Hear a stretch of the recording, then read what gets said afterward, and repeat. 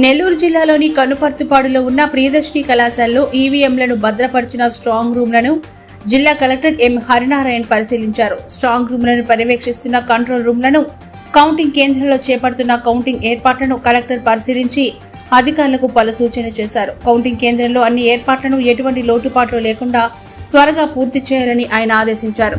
Collector వెంట Nellore city Kovur returning అధికారులు వికాస్, సేదు Madhavan, special deputy collector Srinivas, municipal అధికారులు తదితరులున్నారు.